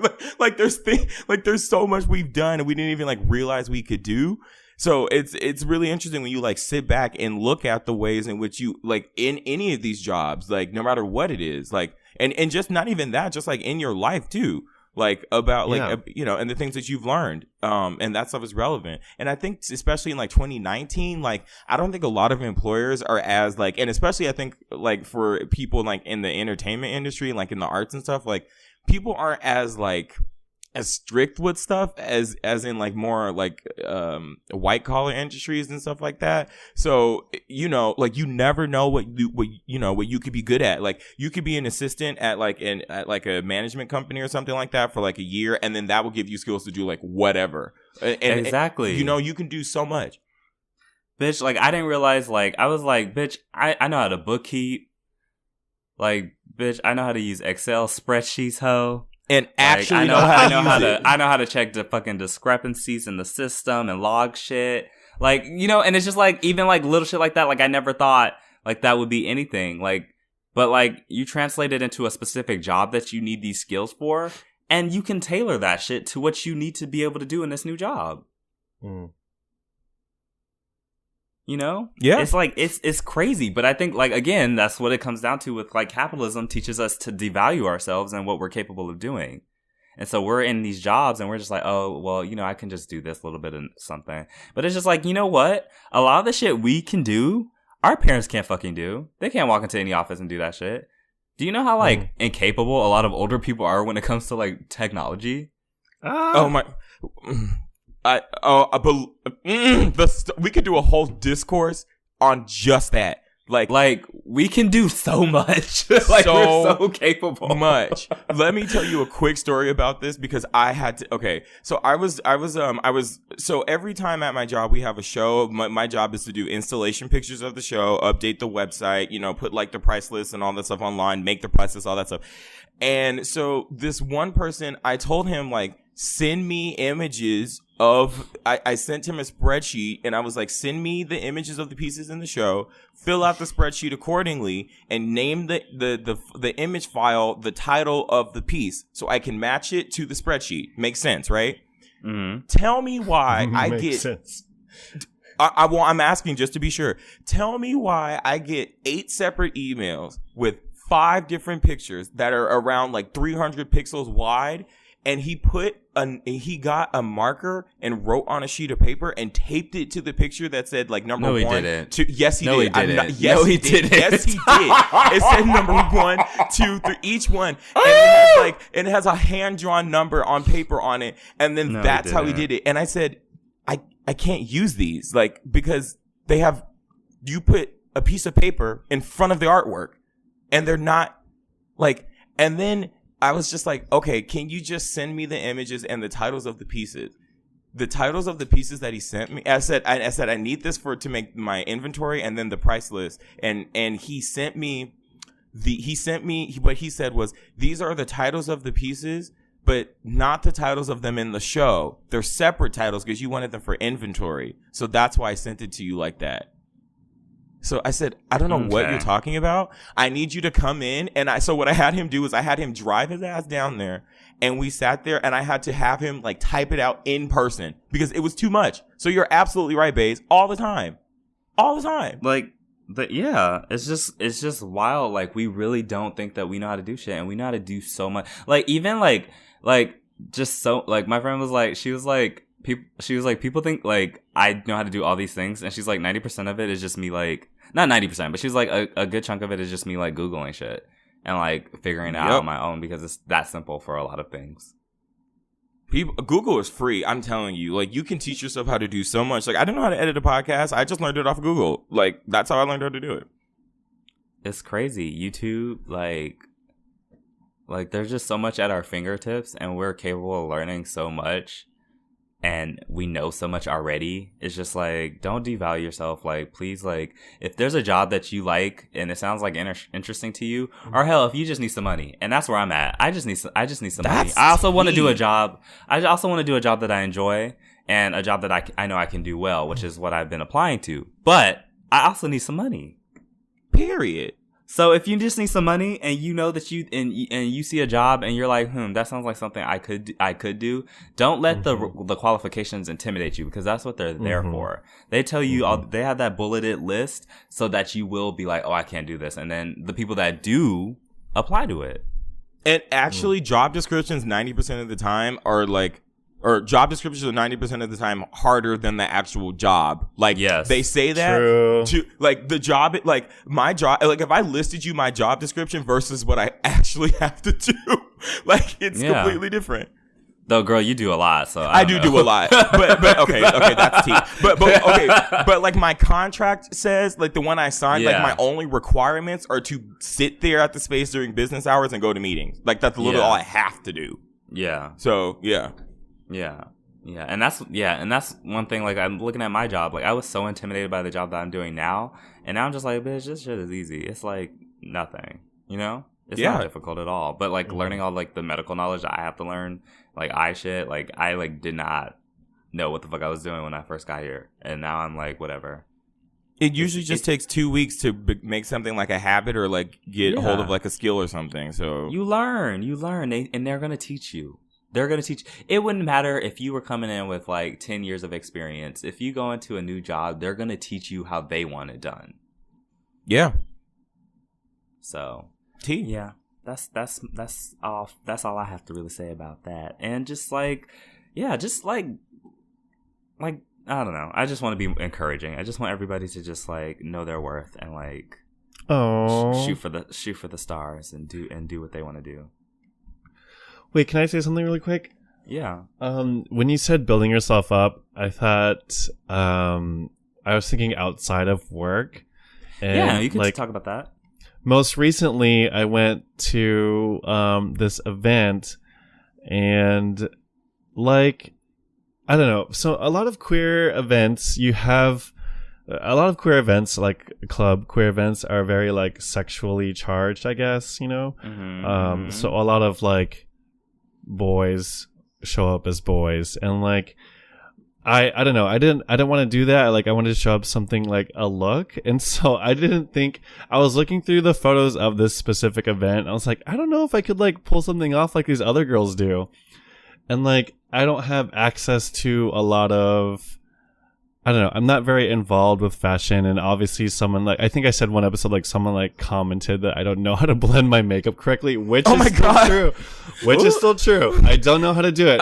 But like, I don't know. I still like, I think when you said build yourself up, I immediately thought of, in Paris is Burning, the MC was like, his phrase was like, it do take nerve, you know, like it takes nerve to like go out and do things and like believe in yourself, and like kind of cliche, but like I thought about RuPaul's and like what she's looking for in a drag queen: charisma, uniqueness, nerve, and talent. Like to have the nerve is like, to me, is like building yourself up. You have to believe in yourself enough to think that you can do something. And so like, even though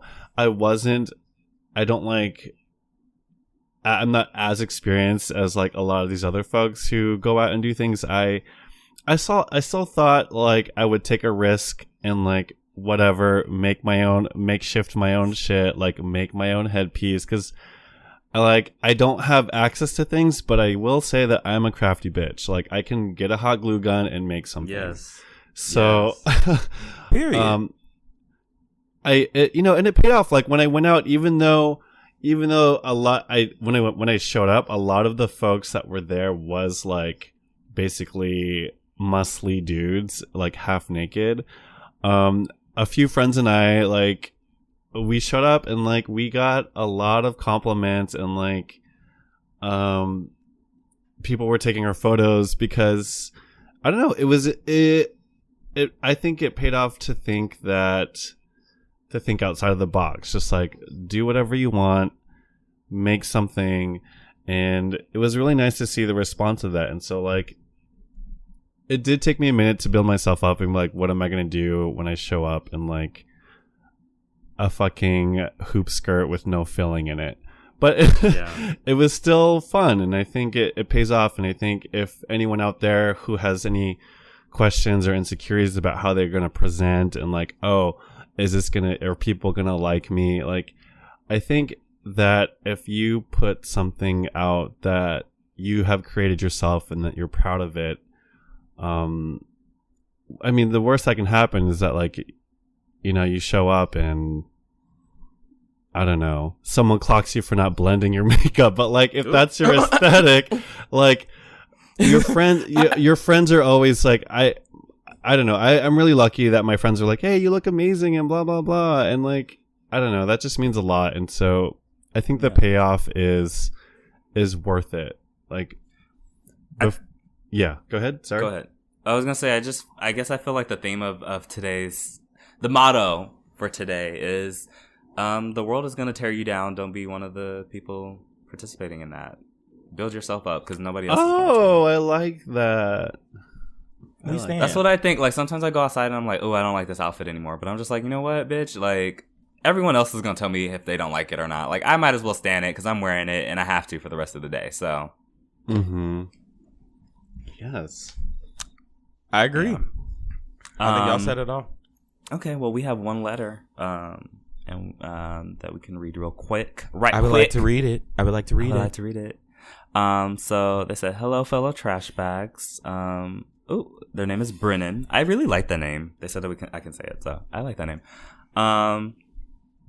First of all, I wanted to say that I've been listening to you guys for about a year, and every Tuesday morning when I see there is a new episode, it makes my day. I love seeing how you guys have grown and started to better your lives, and it gives me a sense of calm that I don't have to rush and I can take the time I need to be able to grow properly. Yes, there's no reason to rush. Okay, so my question is mainly for Baze, but I would love to hear everyone's opinion. I want to read a letter. Okay, bitch. And how many letters have I read dedicated to yo ass or John or Renee? Okay, thank you.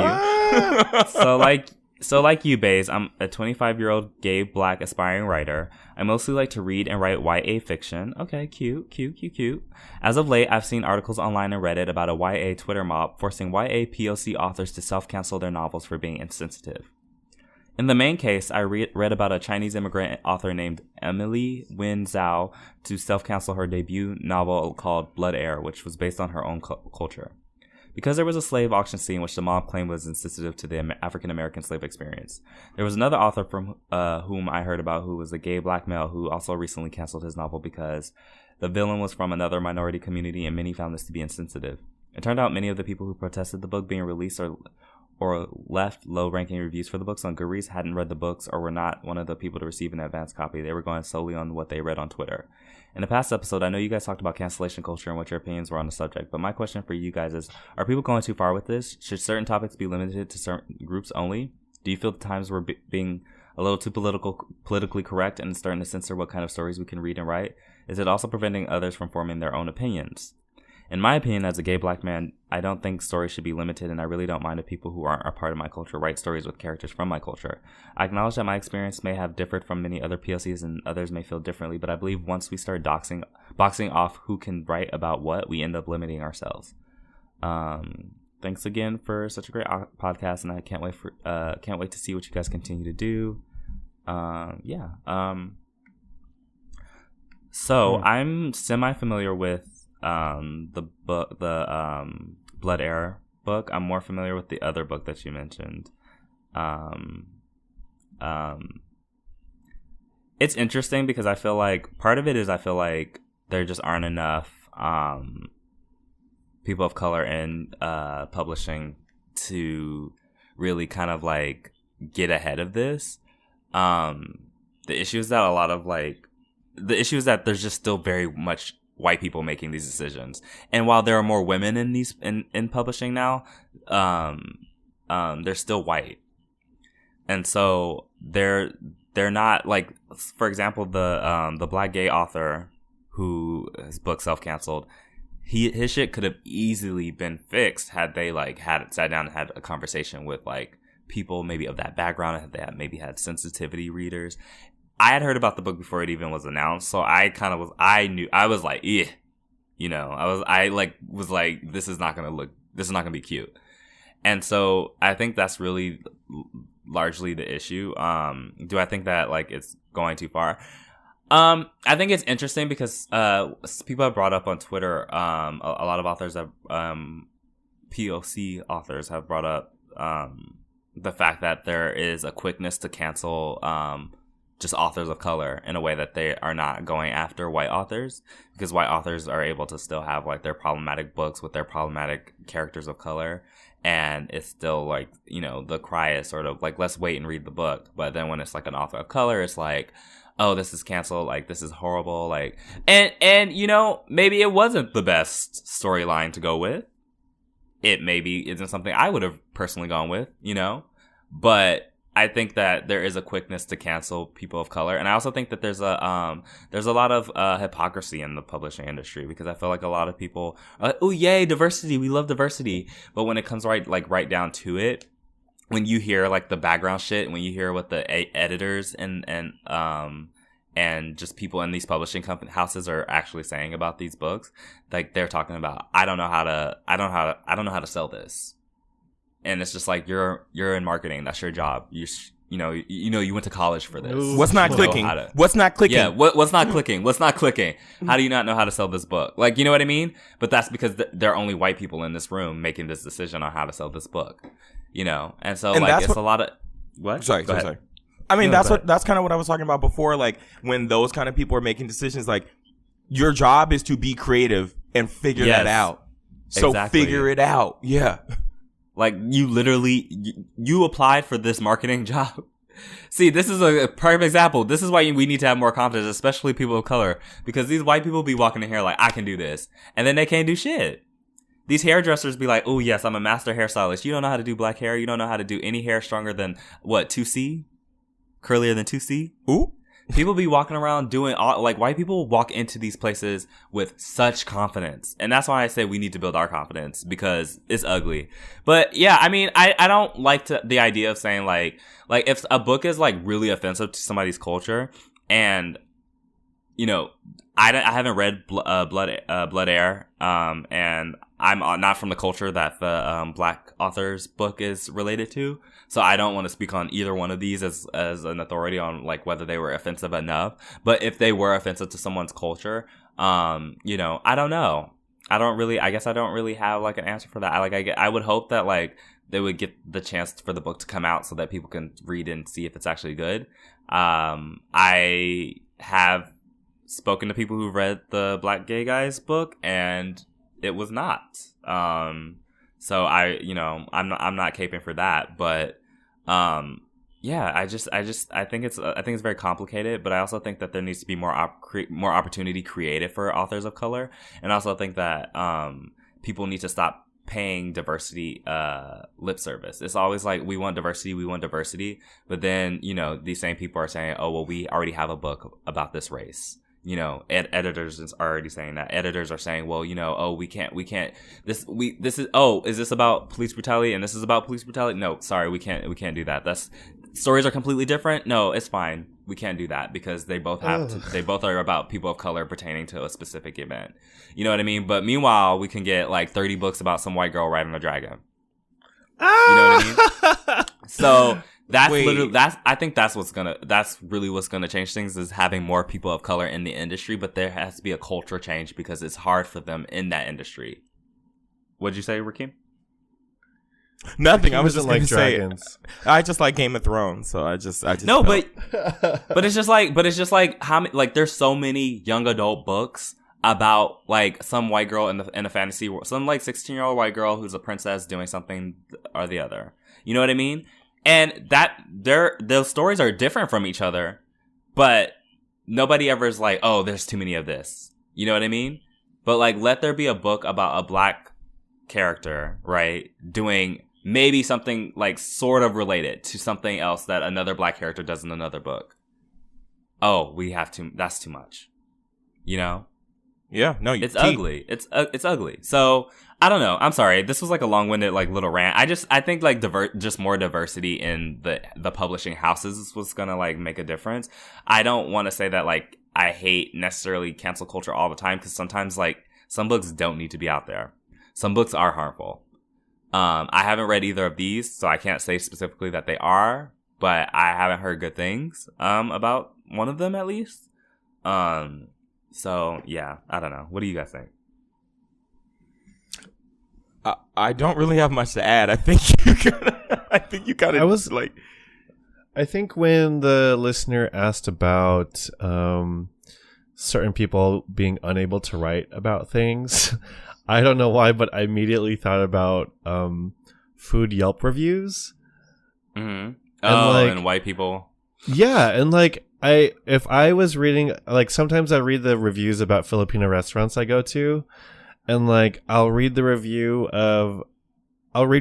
and like I will look at the profile of someone and be like, wait, but you're not even Filipino. And that makes, I know that's a little fucked up, but like I also don't care about your opinion if you haven't grown up with Filipino food. I'm not going to care about what you're going to say about this.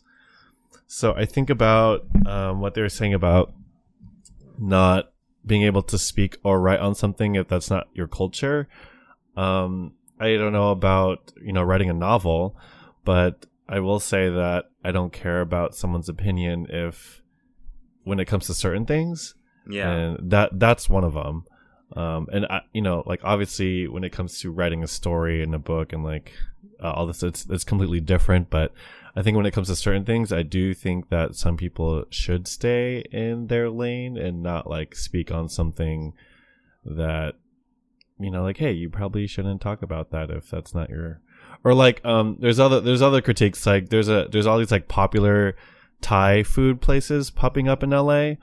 Yeah. But like a lot of the chefs are not Thai, and they're like, well, I went to Thailand and I learned about it, and so I'm bringing it back and I'm showing you how to do something traditional. And it's like, what the fuck? Like, there's a lot of Thai owned and operated restaurants. Like, why do we need to go to like, what's so special about yours? Yeah. So I think with certain things like that, I think it is. Go ahead. Go ahead. I was gonna say, I would say that I don't agree that people need to stick to like. I think there's a difference between like, for example, like own voices is a big thing in publishing, and own voices is basically someone from that background writing about that character. I think that obviously anyone should be careful about treading in that. Like if if you're not from this background and all of your main characters are from this background, you're taking up space at that point. I think if like you write a book and it's from a character, and the character's like not from your background, that's fine. But if you're consistently doing that, I feel like then you're kind of taking up space in that area. I think it's a good thing for people to write backgrounds that they're not experienced with, because I think that's the only way that I feel like that's the only way we're gonna see diversity in books, is if like, you know what I mean? Like when I look around at my friend group, you know, even just amongst like my black friends, like I have Islander friends, I have Southern friends, I have African friends, you know, I have Filipino friends, I have Mexican friends, I have Dominican friends. So it's just like that's my world. My world is like everyone looks so different from each other. I have very few white friends. But you know, everyone in my world looks. I have a couple now. You know, I've opened up a little bit. I have a couple now. I can't. But everyone around me looks so different all the time that like I can't conceive of like always being around people that always look exactly like me. So I like the idea of people writing books about an array of characters that all look different from each other. And, you know, I think that that's only good. I don't know. I don't think it's necessarily a bad thing for people to write characters that are not from their background, personally. Just be careful about how you do it. That's all. And keep sensitivity readers are very important. Hire sensitivity readers. Mm-hmm. But yeah. I want to be a sensitivity reader. Look, I can tell you all about the... you can. There's a site for it. You can be a sensitivity reader. Okay, well, let's talk about that. Let's update my resume, like my resume to resume. How do you say that in French? Resume. Well, I think it's resume. I don't know. Oh, is resume a French word? I have no idea, girl. I don't speak okay, French. so I'm gonna edit that out. I don't speak French. I don't speak French, sis. Okay, I can ask Falou. But anyway, that's I hope we answered your question. I know like that was like a long-winded answer, but you know, that's what I do. That's what I do. We digress. So Rakeem, do you want to take it away with our outro? Yeah, so that will end this week's episode of Podcast of Color. You can find us everywhere on Twitter at Trash of Color and everywhere else at Podcast of Color. If you have questions, honey roasts, drama recommendations, anime recommendations, manga recommendations, I'm taking all job recommendations, any jobs that pay full benefits that are based in New York or telecommuting, money. Cash App links, they can all go to podcastofcolor@gmail.com. If you want some ass, I want to see some cash. We have an open door policies for our email account. Yeah, we have an open hole policy. Okay. And so does anyone have announcements? I would like to shout out. I went to a comedy event last week at the Satellite. My life. And the listener came up and said hi, and I thought that was really sweet. And so all of us appreciate when people come up and say hi to us. So thank you again. I don't know if I can say your name, so I'm not going to say it, but I appreciate y'all in LA who say hi. So anyway, thank you. And also thank you to the Other Places Art Fair again for having Monta Vista projects. It was so dope and it was so fun, and I can't wait to do it again. It was essentially like a fair where everyone had to like build a booth like in this old like war hangar that's like now repurposed into like a art studio and gallery and like outside space. So we were like assigned this like really hard to walk on space, and we like built like this plank that you can walk on. But because so it's like it was in Redondo Beach, and so the idea was that like our place was like overviewing like the ocean, so we like made the plank look like the ocean, but then when you actually get to the end of the plank and look down, it's just a bunch of dirt. So that was like really cool to do. And hopefully I get to do more stuff like that. And also lastly, I just have a recommendation for y'all. If you are not watching, and if you're an anime fan or manga fan and you are not watching and or reading The Promised Neverland, you have to do it. I actually recommend it to the both of you. I think Beige, you would especially enjoy it. Like, okay. I don't say this. I haven't been watching anime lately. I need to get back. This on. is The Promised Land. The Promised Neverland. I don't want to tell you I don't want to tell you what the plot is. Just watch it. I don't say this about a lot of things, but it's delicious. Like, it's good. Not delicious. It's delicious. So yes. Okay. Anyway. So with that, thank y'all for listening, and we will see y'all next week. Renee Bays, Rakim, Renee Bays, Rakim, Renee Bays, Rakim, Renee Bays, Rakim, Renee Bays, Rakim, Renee Bays, Rakim, Renee Bays, Rakim, Renee Bays, Rakim, Renee Bays.